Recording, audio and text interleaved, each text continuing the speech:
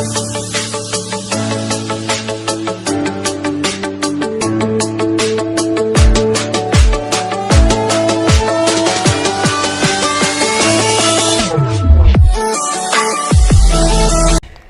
के क्लासेस में हमने ठोस अवस्था वाले चैप्टर में ठोस की परिभाषा, ठोस के गुण, ठोस के दो प्रकार क्रिस्टलीय और अक्रिस्टलीय ठोस, उन दोनों में अंतर, क्रिस्टलीय ठोसों के 4 प्रकार, आणविक क्रिस्टलीय ठोस, आयनिक क्रिस्टलीय ठोस, धात्विक क्रिस्टलीय ठोस और सहसंयोजक क्रिस्टलीय ठोसों के बारे में चर्चा की।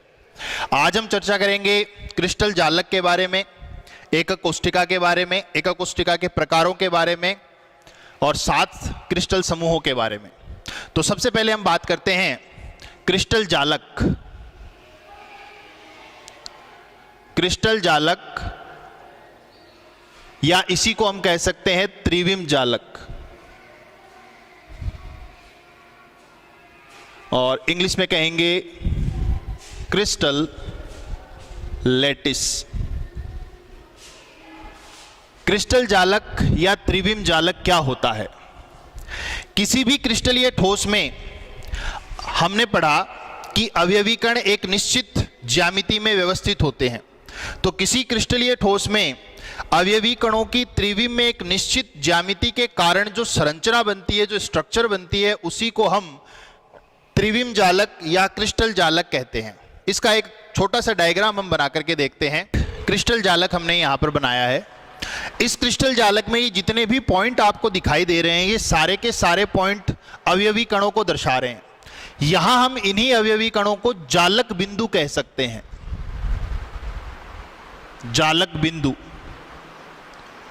तो किसी क्रिस्टल जालक में उपस्थित अवयवी कणों को ही हम क्या कहते हैं? जालक बिंदु कहते हैं। और इन जालक बिंदुओं या अवयवी कणों की त्रिविम में एक निश्चित और नियमित संरचना के कारण, ज्यामिति के कारण जो संरचना बनती है, उसे हम क्रिस्टल जालक कहते हैं। क्रिस्टल जालक के साथ एक वर्ड यूज और होता है जिसे हम कहते हैं एकक कोष्ठिका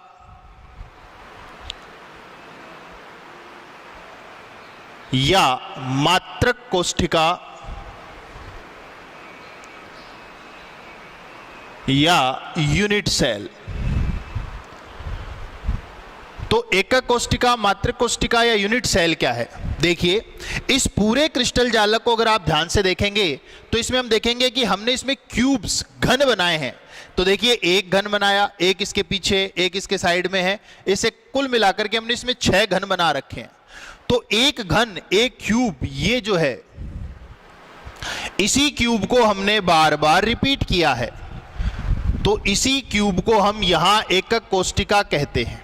तो एकक कोष्ठिका क्या हुई कि किसी क्रिस्टल जालक की वह सबसे छोटी इकाई जिसे त्रिविम में बार बार दोहराने पर क्रिस्टल जालक का निर्माण होता है, उसे हम एकक कोष्ठिका कहते हैं। तो किसी क्रिस्टल जालक की वह सबसे छोटी इकाई जिसे त्रिविम में सभी दिशाओं में बार बार रिपीट करने पर, बार बार दोहराने पर क्रिस्टल जालक का निर्माण होता हो, उसे हम एकक कोष्ठिका कहते हैं। इन दोनों ही चीजों को हम एकदम सिंपल से एग्जाम्पल से समझ सकते हैं। जैसे हमारे घर की जो दीवार है, उस दीवार को अगर हम क्रिस्टल जालक माने तो उस दीवार में लगी हुई हर एक ईंट उस दीवार की एकक कोष्ठिका या यूनिट सेल है। हमने दीवार बनाने के लिए ईंटों को एक क्रम में सभी दिशाओं में अरेंज किया और पूरी दीवार बन गई। तो उस दीवार की जो सबसे छोटी इकाई है वो एक ईंट है। तो वही उसी तरीके से यहाँ ये जो एक घनीय संरचना हमने बनाई है, ये एक जो क्यूब बनाया है, यही क्यूब बार बार हम रिपीट करते जा रहे हैं और पूरा क्रिस्टल जालक बनकर के तैयार हो जाता है। तो किसी भी क्रिस्टलीय ठोस में अवयवी कणों की त्रिविम में एक निश्चित और नियमित व्यवस्था के कारण बनने वाली संरचना को हम त्रिविम जालक कहते हैं। उस त्रिविम जालक में उपस्थित प्रत्येक अवयवी कण को जालक बिंदु कहते हैं और उस क्रिस्टल जालक की वह सबसे छोटी इकाई जिसे सभी दिशाओं में बार बार दोहराने पर क्रिस्टल का निर्माण होता है, उसे हम एकक कोष्ठिका या यूनिट सेल कहते हैं। इसके बाद हम बात करते हैं एकक कोष्ठिका के पैरामीटर्स की। एकक कोष्ठिका के पैरामीटर। एकक कोष्ठिका के पैरामीटर। एकक कोष्टिका के पैरामीटर्स क्या हैं, इसको समझने के लिए हम एक सिंपल सी एकक कोष्टिका बनाते हैं, जैसी हमने यहां है। ये एक एकक कोष्टिका को हम अलग से बनाते हैं। तो देखिए, एक क्यूब बनाते हैं, घन बनाते हैं।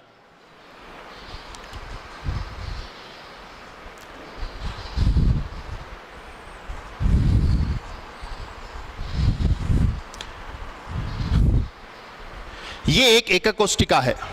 इस एकक कोष्टिका की अगर हम देखें तो इसमें 3 एक्सिस हैं। ये एक्स एक्सिस, ये वाई एक्सिस और ये जेड एक्सिस। इन तीनों एक्सिस की जो भुजाएं हैं उनको हम नाम देते हैं क्रिस्टलोग्राफिक अक्ष। क्या नाम देंगे? क्रिस्टलोग्राफिक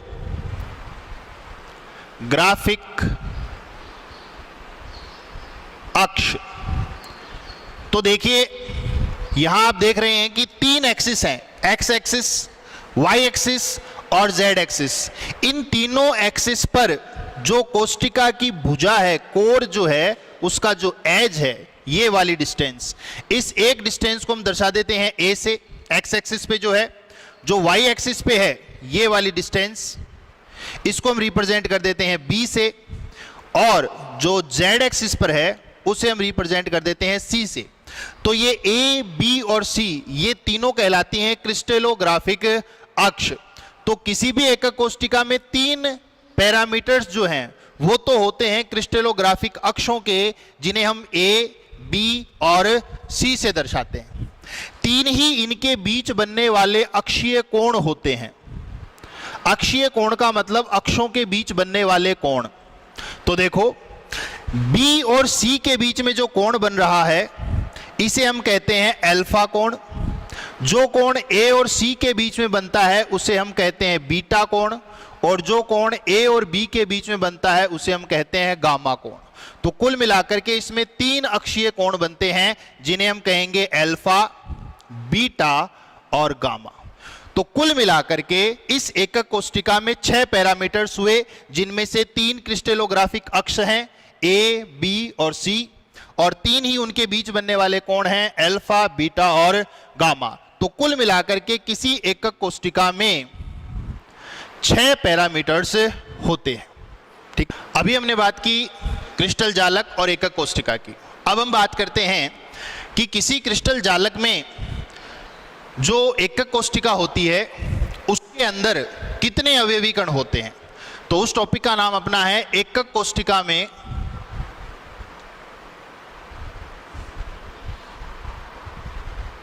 अवयवी कणों की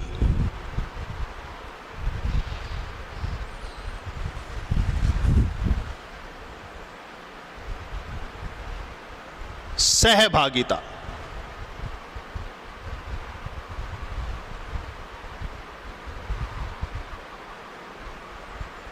पार्टनरशिप। किसी एकक कोष्टिका में जितने अवयवी कण हम बनाते हैं, देखते हैं, एक्चुअल में उतने अवयवी कण उस एकक कोष्टिका में नहीं होते हैं। जैसे फॉर एग्जाम्पल अभी जो हमने डायग्राम बनाया था उसी डायग्राम की बात करते हैं। तो देखिए, ये क्रिस्टल जालक है। इस क्रिस्टल जालक में अगर हम इस अवयवी कण की बात करें तो ध्यान से देखिए, ये अवयवी कण 1, 2, 3, 4, 5, 6, 7 और 8, इन 8 कोष्टिकाओं के अंदर विभाजित है। हो सकता है आपको इस डायग्राम में ये चीज क्लियर नहीं समझ में आ रही हो, तो इसको हम अलग से समझते हैं। देखिए, ये एक एकक कोष्टिका है और इस एकक कोष्टिका के कोने पर एक अवयवी कण की हम कल्पना करते हैं। तो देखिए, माना कि यहां एक अवयवी कण है। अब आप इस कोष्टिका को अगर ध्यान से देखें तो ये पूरा अवयवी कण इस कोष्टिका के अंदर नहीं है, इसका कुछ हिस्सा इस कोष्टिका के बाहर है। तो हमें कैसे पता चलेगा कि कोने वाले कण का कितना भाग इस कोष्टिका के अंदर शामिल है? तो अगर हम बात करें इस कोष्टिका की, तो ये एक घनीय कोष्टिका है और आप जानते हो कि घन का प्रत्येक कोना 90 डिग्री का होता है। अब अगर हम किसी पॉइंट पर 90 डिग्री का एक एंगल बनाते हैं तो उसके बाद हम यहां 90 डिग्री के 3 एंगल और बना सकते हैं। देखिए, टोटल ये 90 डिग्री, ये वाला भी 90 डिग्री, ये वाला भी 90 डिग्री और ये वाला कोण भी 90 डिग्री। 4 कोण हम बना सकते हैं। इसका मतलब यह हुआ कि एक 90 डिग्री के एंगल पर 4 कोष्टिकाएं एक दूसरे को स्पर्श करेंगी। जैसे ये एक कोष्टिका है, एक कोष्टिका इसके बगल में होगी, यहां पर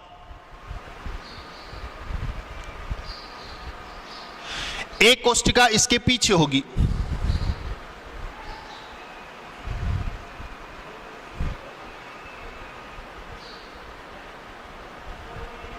और एक कोष्टिका इसके पीछे होगी।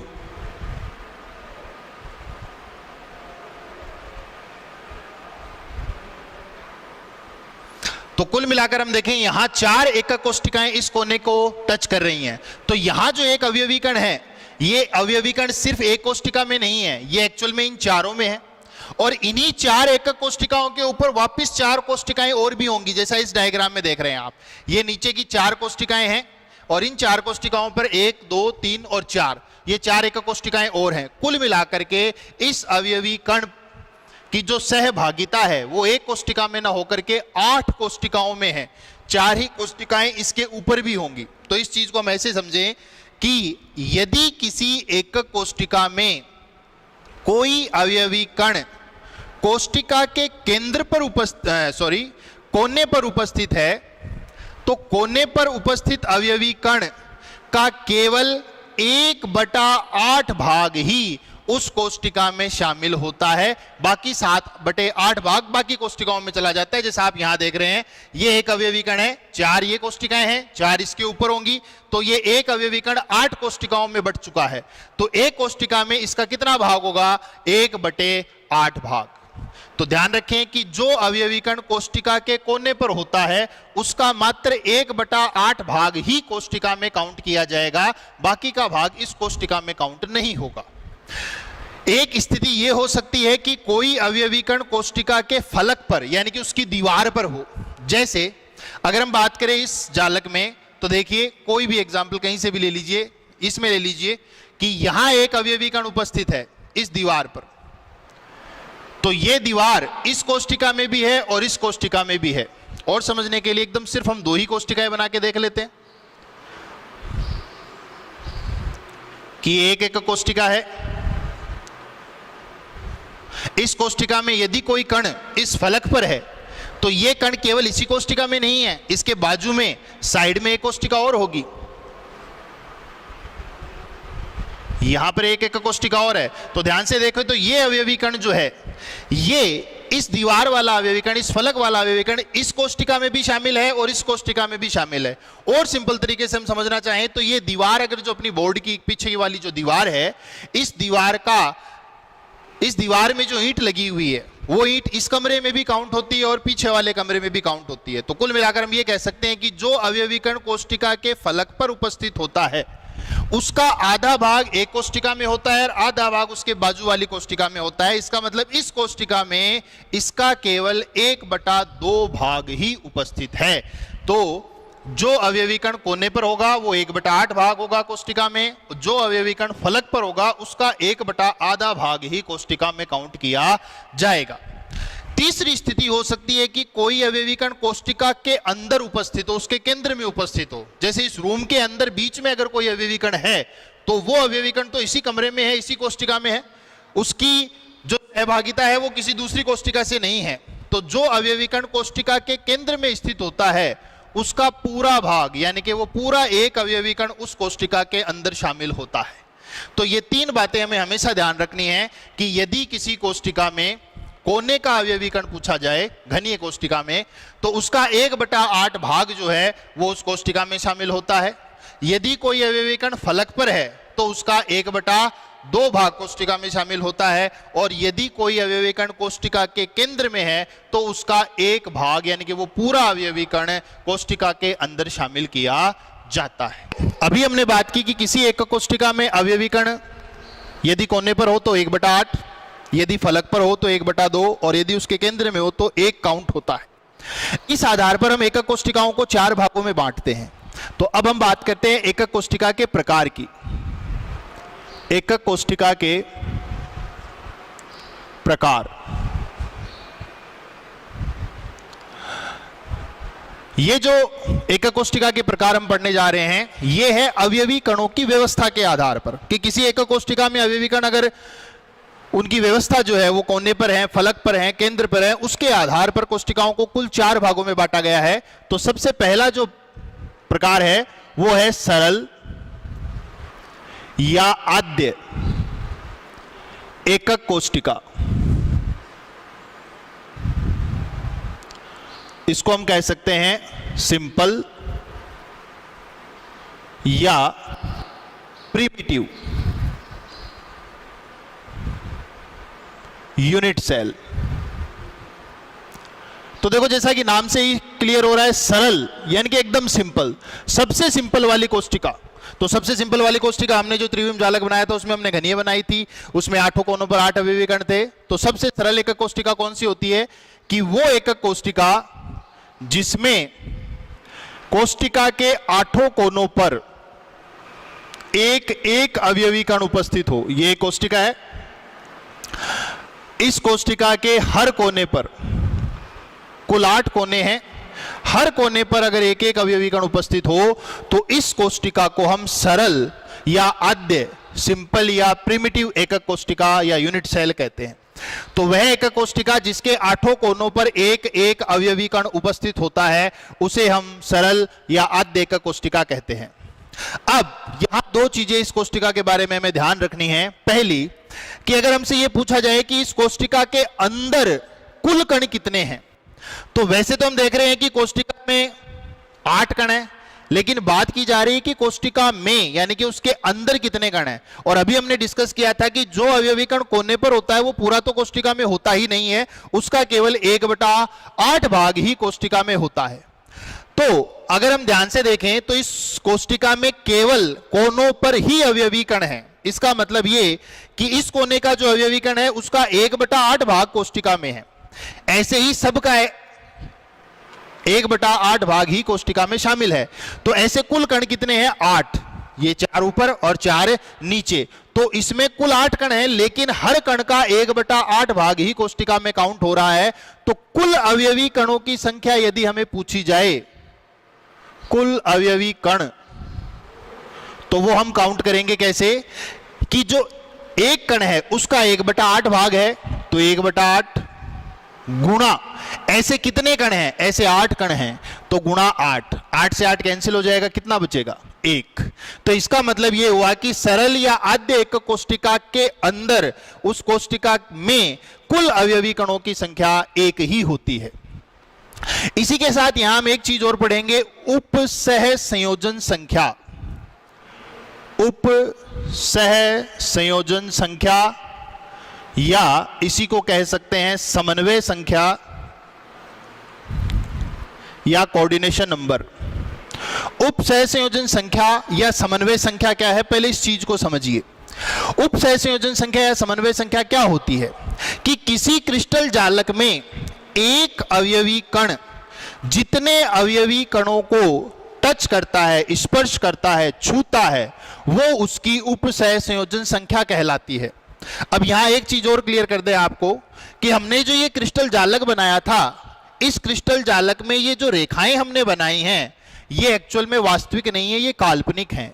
एक्चुअल में ये सारे कण एक दूसरे के बिल्कुल पास पास हैं, लेकिन ऐसी स्थिति में हम उसकी स्ट्रक्चर को कागज पर या बोर्ड पर समझ नहीं पाते, इसलिए हम इसको समझने के लिए इन अवयवी कणों को दूर करते हैं और इनके केंद्रों को मिलाने के लिए रेखाएं या लाइन खींचते हैं। तो यहां पर जो ये रेखाएं या लाइन हमने बनाई हैं इनका कोई औचित्य नहीं है। एक्चुअल में तो ये कण बिल्कुल एक दूसरे के पास पास है ऐसे, लेकिन यदि इस तरह से हम कणों को व्यवस्थित कर देंगे तो हम उसकी 3D स्ट्रक्चर को समझ नहीं पाएंगे। तो उस 3D स्ट्रक्चर को समझने के लिए हमने इन कणों को दूर दूर माना और उनके बीच में उनके केंद्रों को मिलाने वाली रेखाएं खींच दी हैं। ठीक है, तो अब बात होती है कि उपसह संयोजन संख्या। तो इसका मतलब यह है कि क्रिस्टल में अवयवी कण है वो एक दूसरे को टच तो कर ही रहे हैं। तो एक अवयवी कण कितने कणों को टच करता है, कितने कणों को स्पर्श करता है, कितने कणों को छूता है, कितने कणों से घिरा होता है, वो उसकी उपसह संयोजन संख्या या समन्वय संख्या कहलाती है। अब अगर हम बात करें इस सरल घनीय एकक कोष्ठिका की, तो इस सरल घनीय एकक कोष्ठिका के अंदर हम देखें तो देखिए इस अवयवी कण के एक अवयवी कण नीचे है, ये इसे स्पर्श करेगा। ऐसा ही एक अवयवी कण ऊपर भी होगा। एक अवयवी कण इसके बाईं ओर है तो एक अवयवी कण इसके दाईं ओर भी होगा। एक अवयवी कण इसके पीछे है, एक अवयवी कण इसके आगे भी होगा।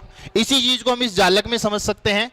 ये अवयवी कण, ध्यान से देखिए, इस अवयवी कण को देखो तो देखो एक अवयवी कण इसके ऊपर है, एक अवयवी कण इसके नीचे है, 2, एक अवयवी कण इसके आगे है, 3, एक अवयवी कण इसके पीछे है, 4, एक अवयवी कण इसके बाएं है, 5 और एक अवयवी कण इसके दाईं तरफ है, 6।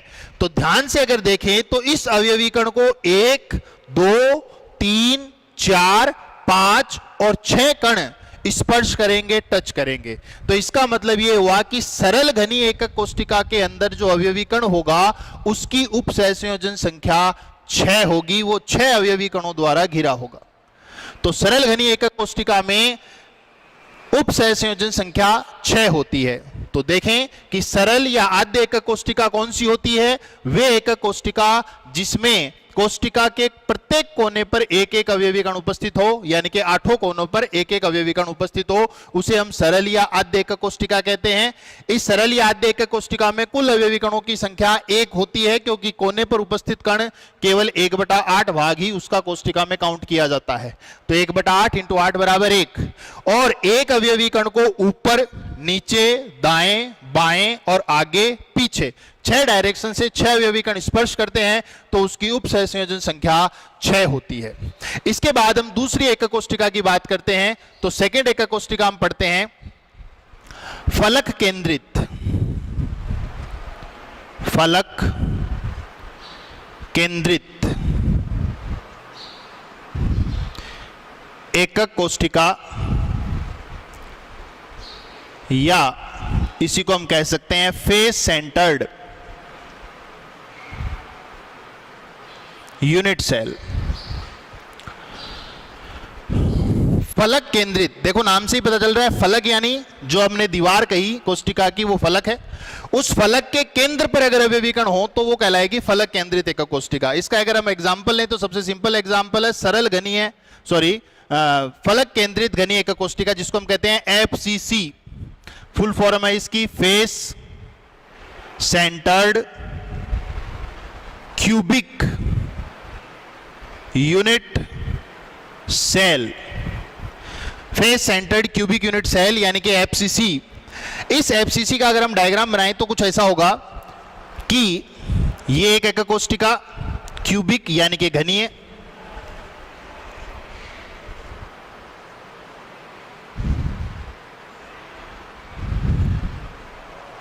तो इसके 8 कोनों पर 8 अवयवी कण जो नेसेसरी हैं, क्योंकि हर कोना एक अवयवी कण के केंद्र को दर्शाता है। अब FCC क्या होगी कि वे एकक कोष्टिका जिसमें 8 कोनों के अलावा, यानी कि 8 कोनों पर तो अवयवी कण होंगे ही, उसके अलावा प्रत्येक फलक पर एक अवयवी कण और उपस्थित हो। प्रत्येक फलक पर, हर फलक पर एक एक अवयवी कण होना चाहिए। तो देखिए इसमें कुल फलक कितनी होंगी, तो देखो ये दाईं तरफ एक बाएं, एक नीचे, एक ऊपर, एक आगे, एक पीछे, कुल मिलाकर के 6 फलक है। आप कमरे में भी देख सकते हैं, कमरे में 4 दीवारें होती हैं, एक छत होती है, एक फर्श होता है, कुल मिलाकर के 6 फलकें होती हैं। हर फलक के केंद्र पर एक अवयवी कण हो, तो फलक वाले अवयवी कण को हम थोड़ा अलग तरीके से दर्शा देते हैं ताकि आप मिक्स ना हो आपके।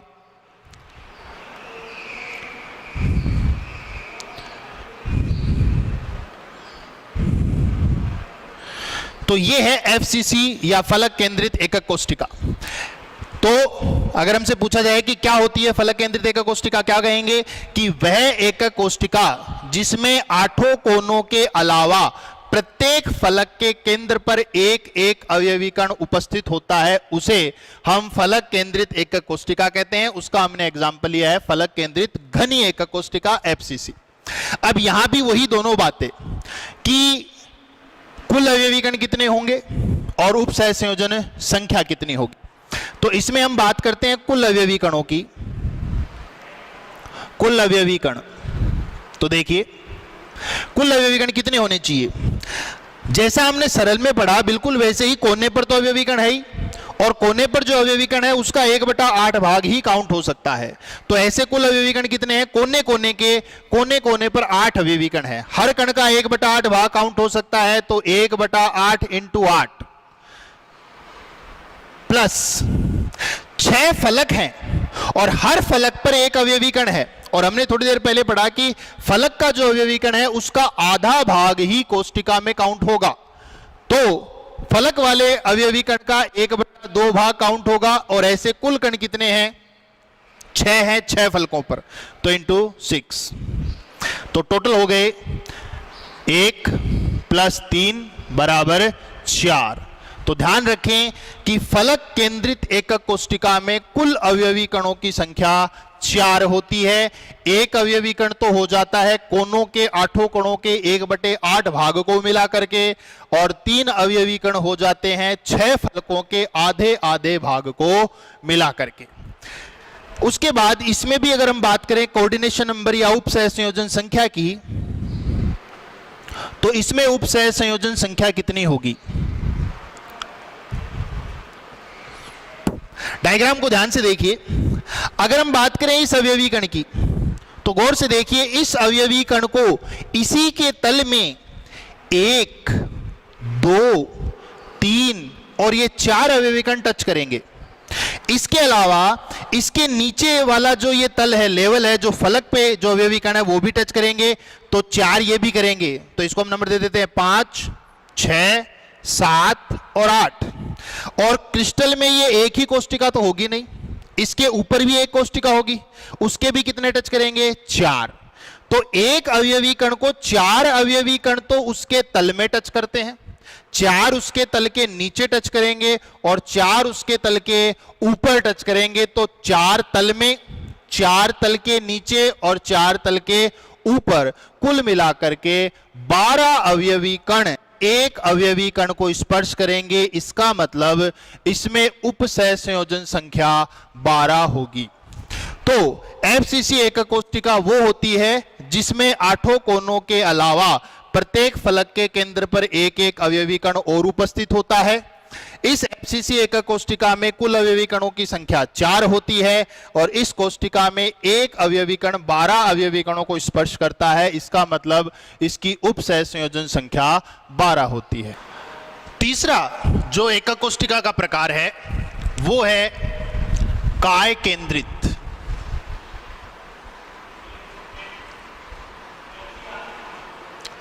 एकक कोष्टिका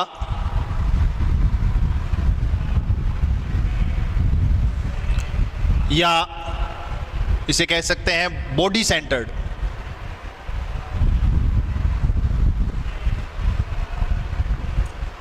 यूनिट सेल।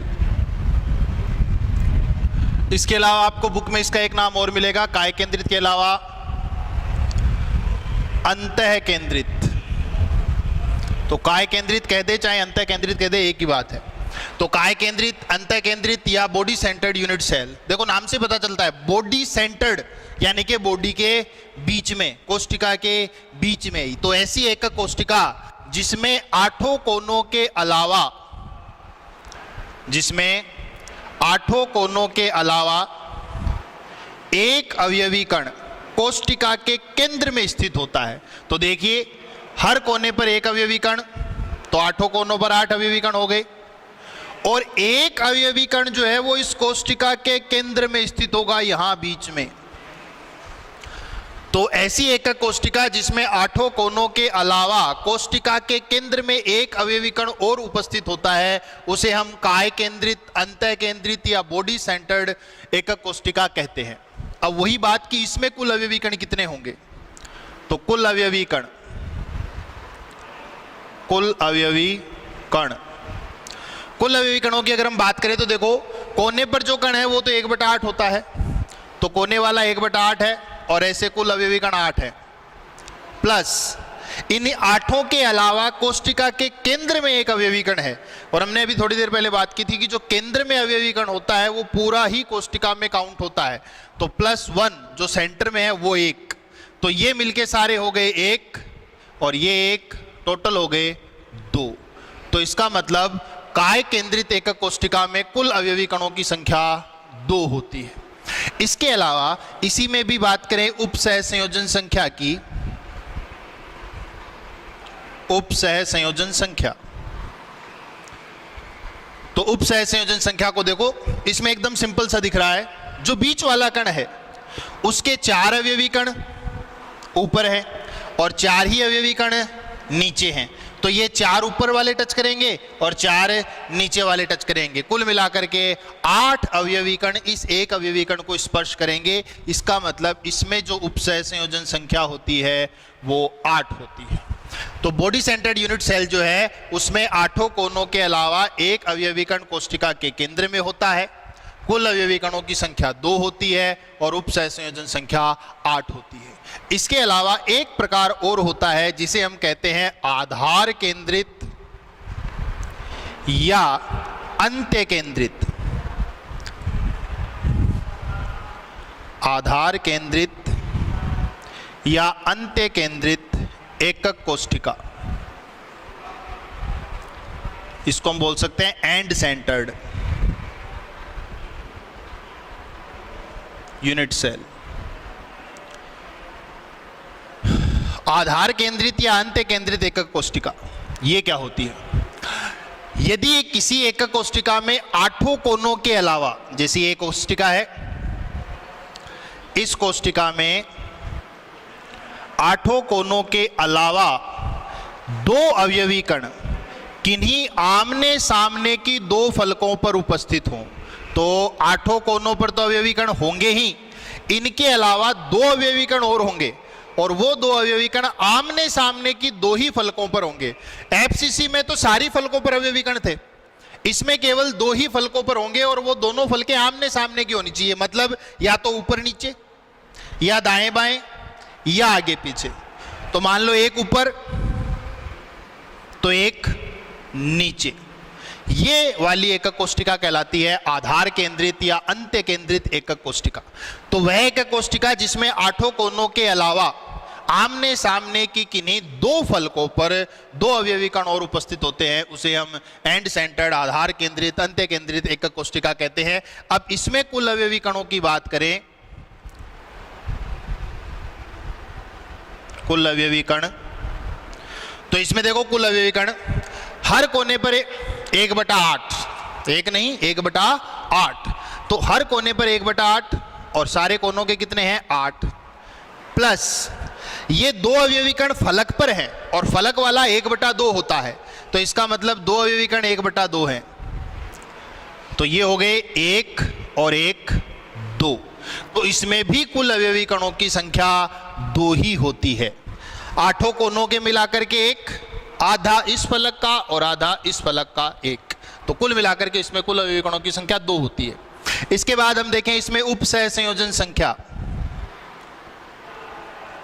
उपसह संयोजन संख्या, तो देखिए इस अवयवी कणों को ध्यान से देखिए, इस अवयवी कण को 4 अवयवी कण ये टच करेंगे, स्पर्श करेंगे, एक अवयवी कण ये स्पर्श करेगा जो इसके जस्ट नीचे है, और ऐसी ही कोशिका ऊपर भी होगी तो एक ऊपर स्पर्श करेगा, तो 4 तो स्पर्श करते हैं इसके तल में, एक स्पर्श करता है तल के नीचे और एक स्पर्श करता है तल के ऊपर, तो 4 तल में, 1 नीचे 5 और 1 तल के ऊपर 6, तो कुल अवयवी कण जो इसको स्पर्श करते हैं वो कितने हैं 6 हैं। तो इस एकक कोशिका के अंदर जो अवयवी कण है उसकी उपसह संयोजन संख्या 6 होती है। तो ये आपके आधार या अंत्य केंद्रित एकक कोशिका है। तो वो एकक कोशिका जिसमें 8 कोनों के अलावा आमने सामने की किन्हीं 2 फलकों पर 2 अवयवी कण उपस्थित हों उसे हम फलक केंद्रित आधार केंद्रित या अंत्य केंद्रित या एंड सेंटर्ड एकक कोशिका कहते हैं।